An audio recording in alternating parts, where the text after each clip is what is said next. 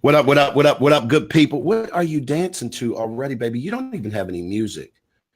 Ladies and gentlemen, I'm Glenn P. Brooks Jr., author, speaker, coach. This crazy woman dancing to no music is none other than the beautiful, the light-skinned, the summer hair wearing with the red whipstick on.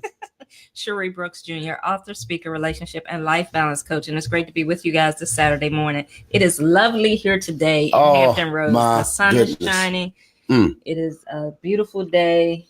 It hasn't been too hot this week. No, it hasn't been too hot this week. And so I'm grateful. Listen, do me a favor really quickly, guys. If you are a replay viewer, I want you to do me a favor along with our live viewers. Just chime in really quickly. What city are you checking in from? What city are you checking in from? Because we're in Virginia Beach. We have a special guest today who's coming from Salt Lake City, Utah, with the mountains in the background. And we can see her right now. She's in queue, but we're going to bring her on in a second. So we're just excited.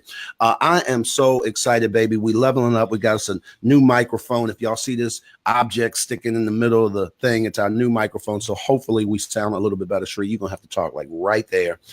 Right here? Like right here? Like right there. Can you guys hear me? Can you guys say, can you hear me now? Can you hear me now? Can you hear me now? Can you hear me now? All right, it's too early it's too early for all this foolishness. So, but at any rate, here we go, guys. Listen, for those of you all who do not know us, so we created an online relationship academy called MAPS, Marriages and Parenting Successfully. And one of the things that we like to do there is to help marriages, help couples, help people who are parents, whether you are a single parent, a grandparent, a co-parent, whatever kind of parent you are. Our goal really is to help you guys level up your skills when it comes to doing that. So it's no secret.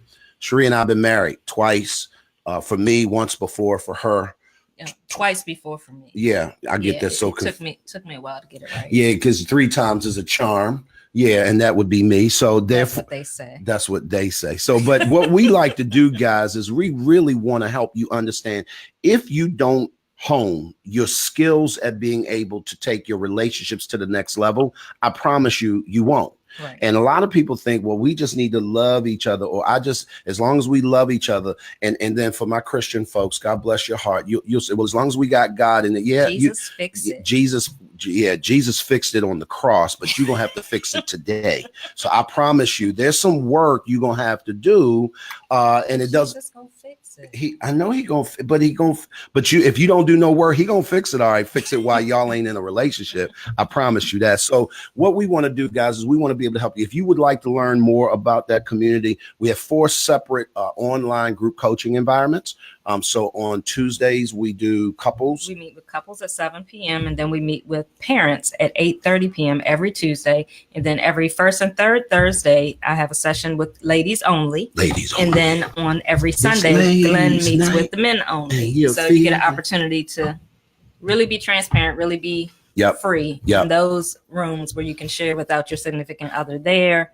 It's not about bashing at all, but it's about being able to get things off your chest in a room with, other wives, other mothers, or other men, other fathers, and being able to share from your perspective and get some sound wisdom from some people who've been there, done that. Absolutely. And ain't scared to share that. Because that's the other thing. When you say working through, babe, I think a lot of times we fail because we do not open our mouths. We don't share. We all grew up in a community, most of us, where what goes on in this house stays in this house. You ain't telling nobody none of all your business and all that kind of stuff. And I think that, quite frankly, it is to our detriment that we're not learning how to communicate, how to talk, how to share. So today we're going to do a lot of that. I'm super excited. One more thing before we go to our guest this morning. Coming up next weekend, next Saturday, I'm going to be doing a workshop. It's the first time that I'm doing this particular workshop live. I'm super excited about it. It's called Fixing Broken Fences, and it's all about establishing and teaching people how to establish healthy boundaries in relationships. And if you've ever been to a workshop that we've done live, they're highly interactive. This is not going to be some sitting, talking head, just taking notes and you talking about, and it ain't none of that. You're going to have a great time. If you are in the Hampton Roads area, we certainly want you to sign up Saturday, July 21st, 9 a.m. You can register right now at the early bird special. It's still on. Is it? Yes. When is it over? The early bird special ends on I think on Monday. Actually, you can register between now and Monday for $29.99 per person. I need you to lean into the mic when you talk. For $29.99 per person. Yeah. And then after that, it goes up to $49.99 per person. So go ahead and register today. Yep. Secure your spot. It's also only limited spacing. So yeah. So make sure you get registered as soon as possible. If you're in the Hampton Roads area, we'd love to see you next Saturday. So guys, I'm really excited also about that because we will be filming that live. Right. And so we're going to be doing some recording and stuff like that. So I'm just super stoked about that. So, but I'm really, really excited today, babe. So let me just say this. I got to set this up really quickly. Okay. So when I met this young lady, she was a public school teacher. She had been in the school system for more than 10 years, I think, at that point. And she was extremely gifted at what she did in the school system. Very, very effective teacher in the classroom. But I remember she had just written her first book. And I remember her and I talking about, because we're in another group together. Shout out to Grandation. We're in another group together. And she was talking to me, and she was just kind of talking to me. I remember how fearful she sounded, or how and I probably insecure is probably the better word. Just not sure, you know what I'm saying, of her skills. And I knew she was dope. And I would encourage her and talk to her a little bit, and we would share. And I just watched her just grow. And here's the challenge. She was already a dope teacher. She was an extremely talented writer. That's her. When you talk about a person's sweet spot, this is her sweet spot. She sees problems. I don't ever want her to read all of my books, because she will find, like, if we have messed up one edit anywhere, she's gonna find it, because that's what she does well. Right. But I've often said that she's especially skilled in that area. But as a mom and as a parent, she has a unique perspective when it comes to co-parenting, some unique challenges that she's gone through. And I've just watched her. She's like a little sister to me. But I promise you, she is teaching and training women on levels that, quite frankly, are just making me super proud of how she's come along. And so we want to bring her to the Breakfast with the Brookses platform. So, ladies and gentlemen, here's what I'd like you to do. Put your hands together for none other than the Jasmine Womack, broadcasting live from Salt Lake City, Utah, with Jasmine. Eric Thomas. What's up, girl? How you? Hey, I'm super happy to be here. Jazz, listen. You got the Utah mountains to your backdrop, right? Yeah, I had to catch you. This beautiful out there. The sun is coming up there. I'm trying to use this time change. It's like 2 hours difference than what I'm used to. So I'm catching the sunrise coming up over the mountains. It's gorgeous. Wow. Jazz, one of the things that I'm really really stoked about is the fact that your growth, although it seems like it's been meteoric to the person looking at you online. And when I say meteoric, you'll understand. You remember the Sounds of Blackness? You remember that group, Sounds of Blackness? Yeah. With and Terry Lewis produced that album that just went through the roof. There was a story in a backline that said that their group had been together for 20 years prior to the world finding out about, quote, the Sounds of Blackness. And it's always amazing to me how people can look at people's now. They know nothing about their yesterday or the day before, or what's been going on behind the scenes, but yet they marvel as if this is like they knew to this. Like, no, you're not new to this. You've been doing this a minute. And I think that that's one of the reasons why you're so effective. So talk to us. I know you're a publisher, you're an author, you're a speaker, your wife, your mom. Talk to us about Jasmine Womack. Give us some background and bring us up to speed in terms of your journey. I know it, but share that with folks if you could for me. Okay. All right. So somebody asked me this, like on Instagram, how they have a little question feature now. They were like, when did you fall in love with writing? And I was like, I've always been a writer. When I was in elementary school, I was writing stories and winning awards. When I got in middle school, high school, I was writing poetry and performing them in school plays and stuff. College, that's like when Def Jam spoken word, like about around like 2000, 2002, that's when all that was super hot.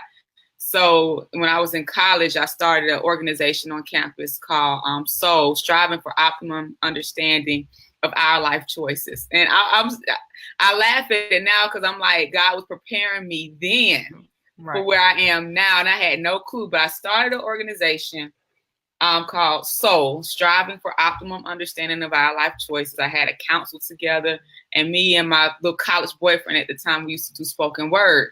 Why you gotta be a little college boyfriend, Jazz? Why you gotta be? We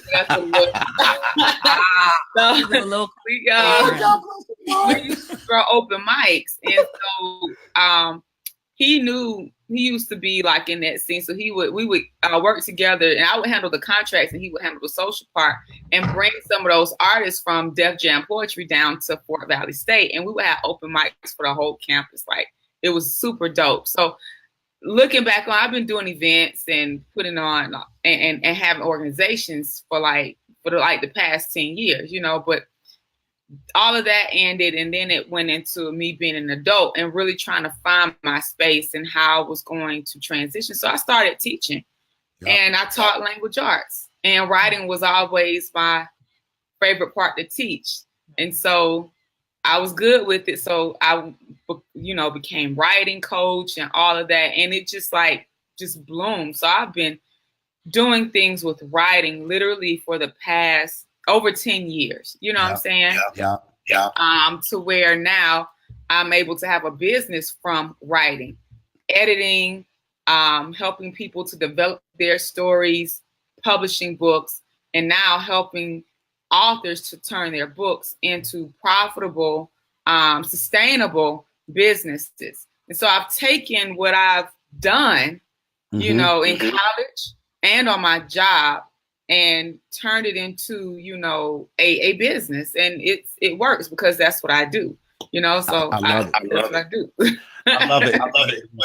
That's what you do. I think about some of the things that we're doing, with maps and stuff that we've done over the years. And when you show up as your authentic self, and you show up as who you really are, it's almost effortless. And I think that's the thing that makes people think that it's easy.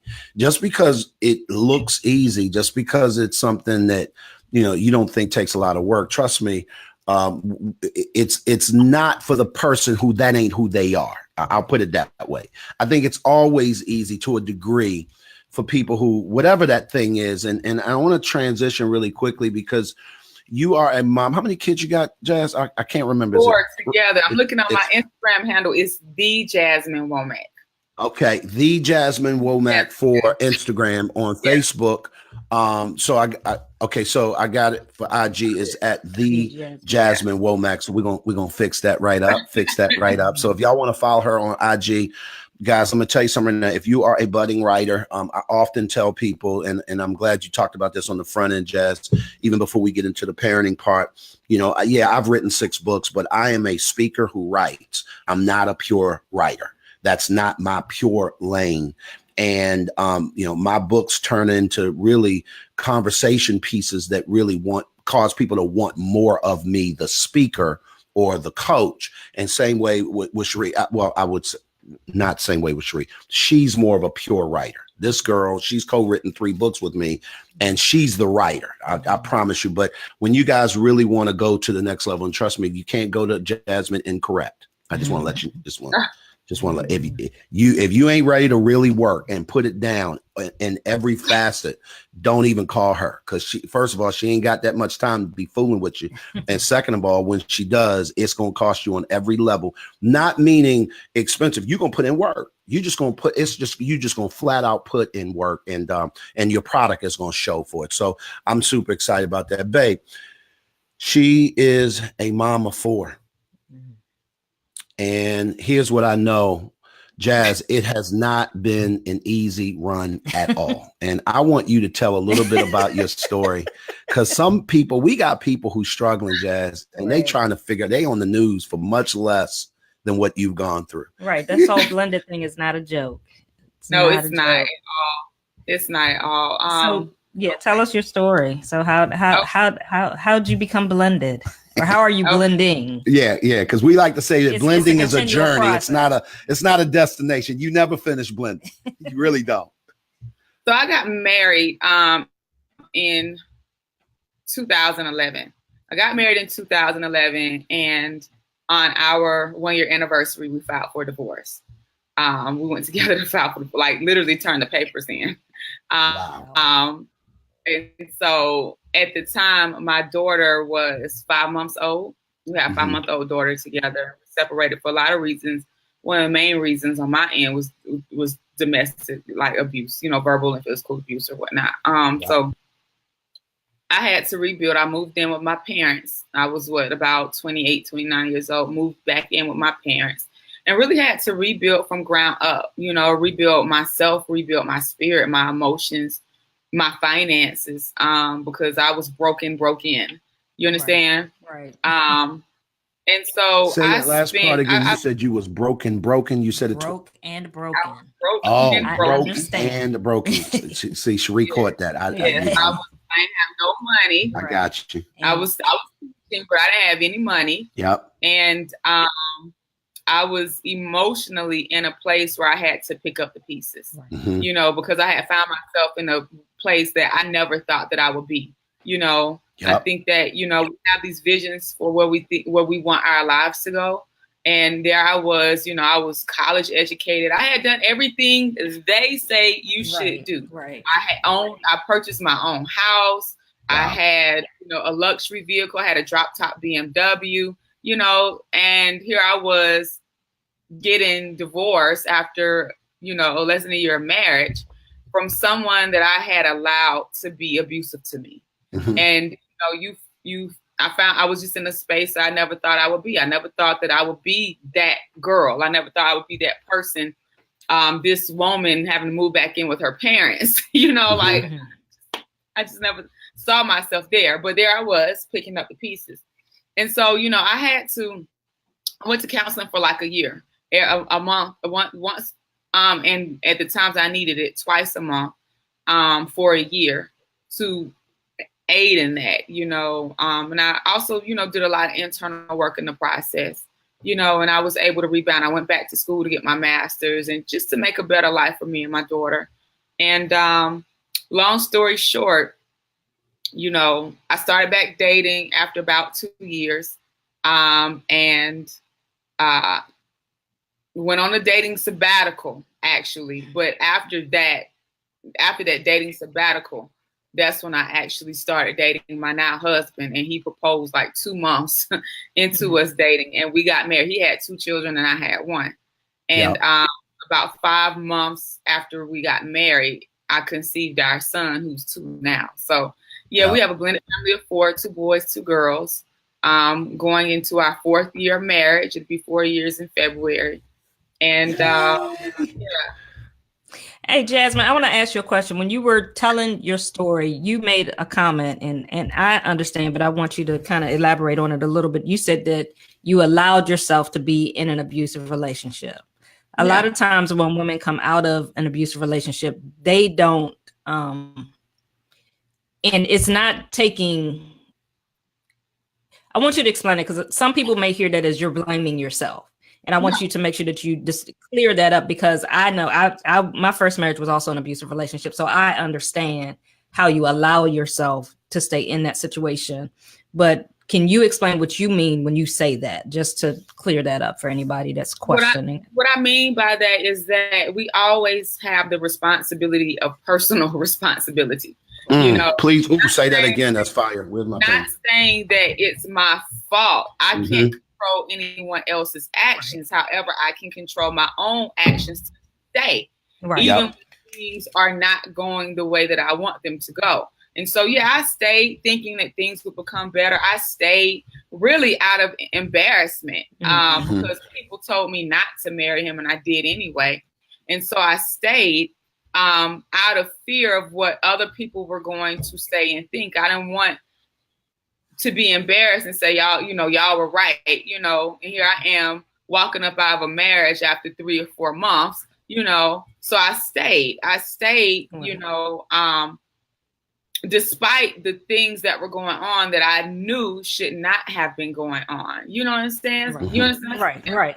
So in no way am I blaming myself, but at the end of the day, one thing that I have learned is that we have to take 100% responsibility for our lives. You know, Correct. now while you can't control anyone else's actions, you can always control the decision that you make. And so unless someone is physically kidnapping you and restraining you and keeping you from going somewhere, then if you stay, it's a decision to stay, whether that be for finances, whether that be for, you know, whatever choice or however you try to justify it. I made the decision to stay. And it wasn't until I got to the point that I wanted to leave bad enough that I actually left. You understand what I'm saying? Right. You know, when you really want change, you'll do whatever it takes to change, you know, even if that means being inconvenienced financially for, you know, a while. You know, and I've met a lot of women that stay in situations they don't want to be in because of money. Right. You'll find your way out. But stay there, you're going to be, you know, you're going to do more harm to yourself and to your children if you stay in a violent and poisonous situation. Right. And I appreciate you, you know, explaining that, because, you know, I know that I've encountered women that are in situations that stay, like you said, they stay for various reasons, but then they'll put it off as, you know, I can't leave. And, you know, like I said, I share that experience also from my first marriage, and I made a choice to leave, and it is a choice. And like you said, you can't control what the other person does, but you do have a personal responsibility to yourself and to your children to make that choice. And I just want, you know, somebody out there listening, I just want them to know that you have a choice. And whatever, like Jasmine said, unless you're being physically restrained, if you're in a situation that's not safe, whether mentally, physically, any type of abuse, you have a choice. And, you know, just a little PSA, there are resources out there that can help you if you need that. Right. And that's the other thing, Jazz, and I think you probably would agree, and that is, it takes that kind of community and that kind of support and that kind of encouragement from people around you to say, hey, you know what, it's okay. Right. You know, if it's your parents saying, hey, you can come home for a hot second, if it's your sister, or if it's your cousin, or whatever the case may be. I think that it's in something that you added. I think that we really need to pay attention to. I want you to talk a little bit about this piece, though, the parenting portion of it. See, here's the concern that I have a lot of times with the decisions that we as adults make. Our children are watching us. Right. And they are when I say watching, I'm not talking about with just their eyes. They are tracking you.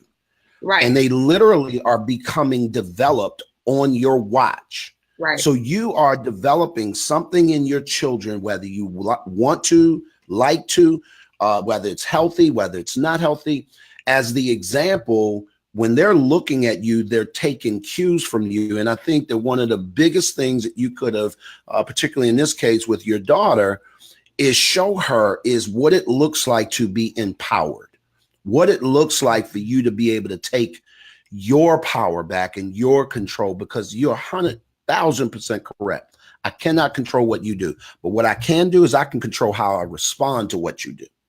And so therefore, if that is up to me, I'm also showing my child, when someone does this to you, you ain't got to take that. Right. And if you do, that's your call, but know that you need to sit in that and own that while you're doing that, and say, okay, you ever had that thought, say, oh, I ain't gonna take too many more of your, you know what I'm saying? It's like, you know, where we come from, it's like somebody calling you, I ain't gonna be about too many, but you ain't gonna be calling me too many more than that.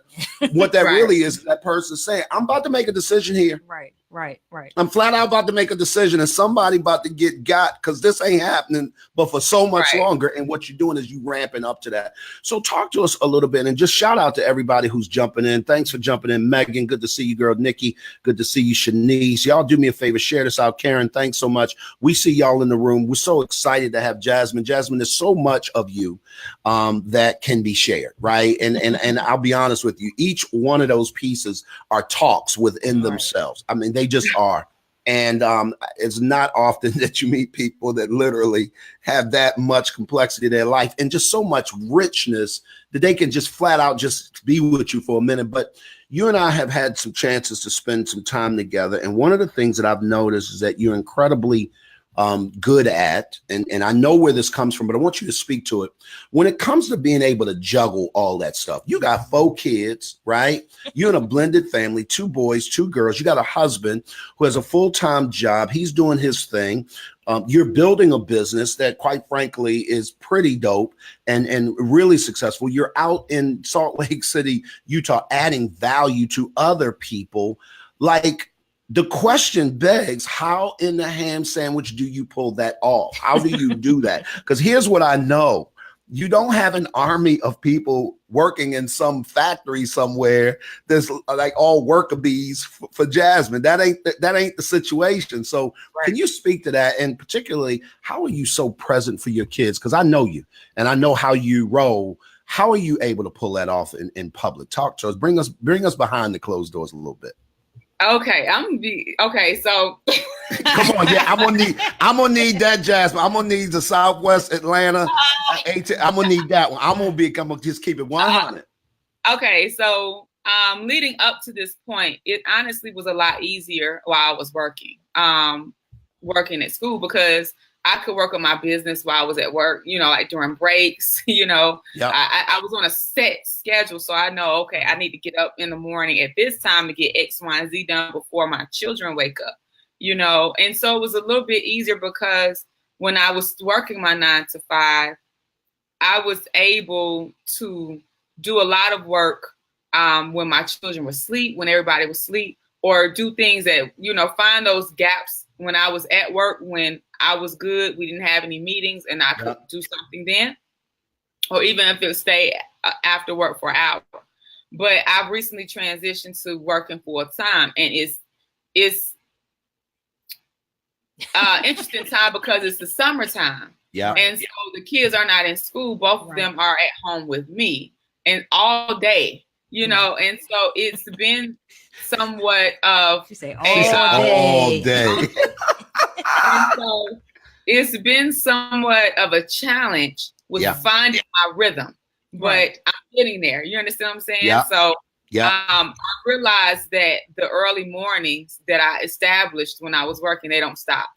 It's even more crucial now, because once they're up, they're up.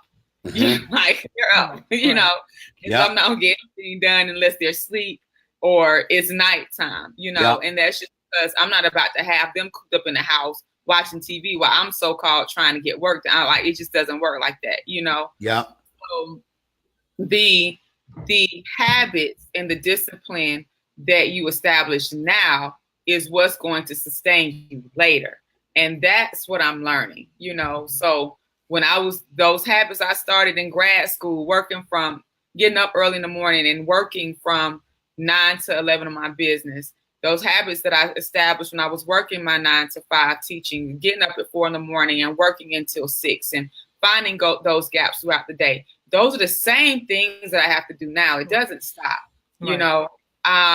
And the other thing that because sometimes it can get difficult. I'm not going to even front, sometimes it's just like, man, I want to be able to do more, but I had to have a come to Jesus meeting with myself. My first ministry is at home. Right. And sometimes it takes those hard reminders. My first ministry is at home. Yeah. And so home has to be straight first. Yeah. My husband has to be straight first. And so there have been I've handled it well overall, but there have been times when I've fallen off. And when you fall off, you don't beat yourself up. You just get right back to it and put your priorities back in place. And I know without my husband, without my family, none of this being out in Utah matters, because I'm here by myself. Right. You understand what I'm saying? Yeah. I'm here. I'm going to link up with my coach. I'm going to link up with ET and the crew in a few hours, but they're with their families. I'm here by myself. So being a woman in a sea of men, it's what's the word? Not only is it humbling, but it gives me time for that reflection to remember what's really important. You can be out here traveling, you can have all the fame, all the money, but none of that matters if you're by yourself. Right, right. That matters if you don't have anybody to share it with. None of that matters if you go back home and there's no peace. Right. You understand what I'm saying? Yes. So, right. Yeah, all this looks great. Yeah. Yeah. But what is it that really matters? And sometimes it's those very hard reminders. And so to answer your question, how I do it is prioritizing and just remembering the season that I'm in. My children aren't going to be small for the rest of my life. Right. There's going to be time at some point in time, my husband is going to be retired. He's going to be traveling with me. You know what I'm saying? Yeah. So just being able to do what I can now and just and embrace that process. Yeah. And what that looks like, and what it looks like for me might not look like somebody. It might not look like what it's like for Kendall, like what we were talking about. You know, him traveling all over the place. My journey is different, you know? Right.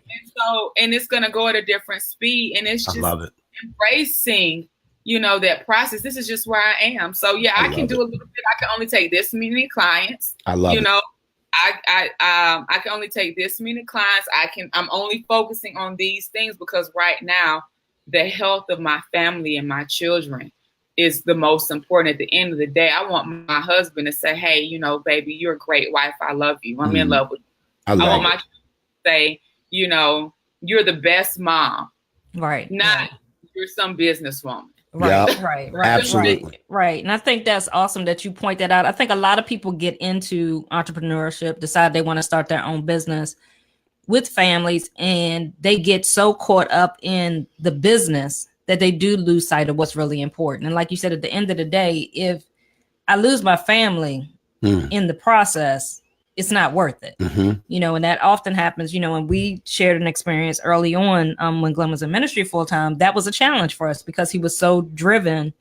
You know, I'm very thankful that, you know, he has the balance now and that we're able to, he puts family first now, but it was really tough for a season because, you know, you get so driven, you get so caught up in what it is that you're doing or what you believe you're called to do. And I believe no matter what business you're in, it should be what you're called to do. It shouldn't just be a job. And even though I work a full-time job, that's part of my calling. It lines up with my vision, with the purpose that God has me on. And I'm grateful for that because in the past I've had just jobs and it's an entirely different motivation when you go through that. But I think that it's great. Like you said, you know, number one, you got to have your priorities straight. You know, when you go into business, when you start your own journey as an entrepreneur. Right. And you have to be able to, you know, have that balance. And a lot of times it's very hard for people to balance that. But I think it's key, like you said, that your first ministry is your home. Well, I think one of the things, and Jazz, I watch you do this from afar. And you said it earlier, but I think it really boils down to your discipline. Here's what I realized is that most people are terrible parents. Listen to me very carefully, guys. Most people who are terrible husbands and terrible wives and horrible parents, if you examine their private lives, I promise you, you're going to find that they suck at discipline. I'm going to promise you that almost 100% of the time. And the reason why is because those relationships, they take a tremendous amount of discipline and focus. And this is how I've messed up over the years. I'm not sitting here as somebody who's done it all right. I know what it's like to be married 12 years and now divorced. I know what it's like to lose an entire family. I know what it's like to have to get that back. I know what it's like to almost lose a second family because I didn't learn that. So I understand it all. The challenge is that most people are not willing to discipline themselves to stay put and stay focused long enough to get it done. You said something super powerful. Jasmine, you said, my children ain't going to be little forever. Right. My husband one day, Lord willing, will be retired and be able to ride with me and do some of these things with me. And I'm like, welcome to empty nester life. Like, welcome to, you know what I'm saying? Welcome to the world. I mean, I'll be 52. Cherie is 53. And we are experiencing that. Like, we live as minimalists. We on purpose. Like, I don't want to cut nothing. I don't want to groom nothing. I don't want to fix nothing. Call the people. Because at this particular point, I'm not interested in that because I like this idea of it, but it's a season. It's a time frame. And I just want to encourage people that if you are in that season where your children are tiny and you got all these grandiose ideas, don't think for a second that God didn't A, give them to you, and then B, he won't bring it to pass. But it ain't always like right now. Right. or it's not. Go ahead, Jazz. It doesn't mean that you have to wait until, you know, like I told my husband, I was just like, look, because I'm 34. I was like, look, I'm not, and people might feel differently. But I said, I am not one of those women who is just gonna put everything on the back burner, and then when I'm in my mid-50s, everybody's grown and I'm trying to find myself. I'm like, I'm not.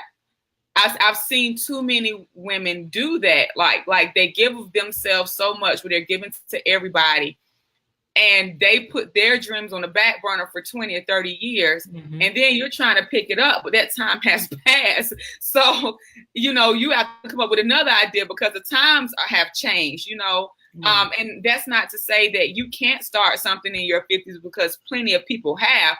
I'm just saying I'm not that one. I know, right. It's a very delicate balance, because I'm at the age where this whole internet business thing, there's no regulations. It's gonna be like this forever. Right. Like, I've gotten in it at a golden time. And at the same time, I have small children. So I have to make both of them work. And it works out, especially with my husband. He works for the railroad. So his job involves some travel. But me working from home now allows me to, do what I do, still contribute to the household, but also take care of the family, and when he's on the road. You understand? Right. Yep, absolutely. It can be difficult in itself. Absolutely. No doubt. Right. And I think the key is, Jasmine, and I'm going to just tell you this, you are mature beyond your years, because most 30-somethings aren't thinking the way that you're thinking. Right. They're not that focused to realize that they have to have that balance. Right. They'll get caught up in their dream, and that's all they'll focus on. And so you are extremely mature for your age to be able to even have that mentality, to realize that, you have to have that balance, that your family has to come first. And then you can do it all. And, but you can't do it all right now. Let me say it like this. When you say you can do it all, let me explain what I mean when I say right now. In other words, with the level of intensity and outcome, there are the idea of balancing anything means that something's going to have to wait.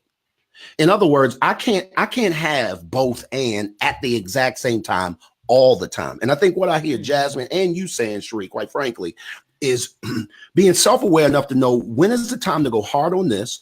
When is the time to back up off of that? Give yourself permission to know it's okay to reset, replan, back up off. It's okay to do it. When is the time that your 4-year-old needs you right now?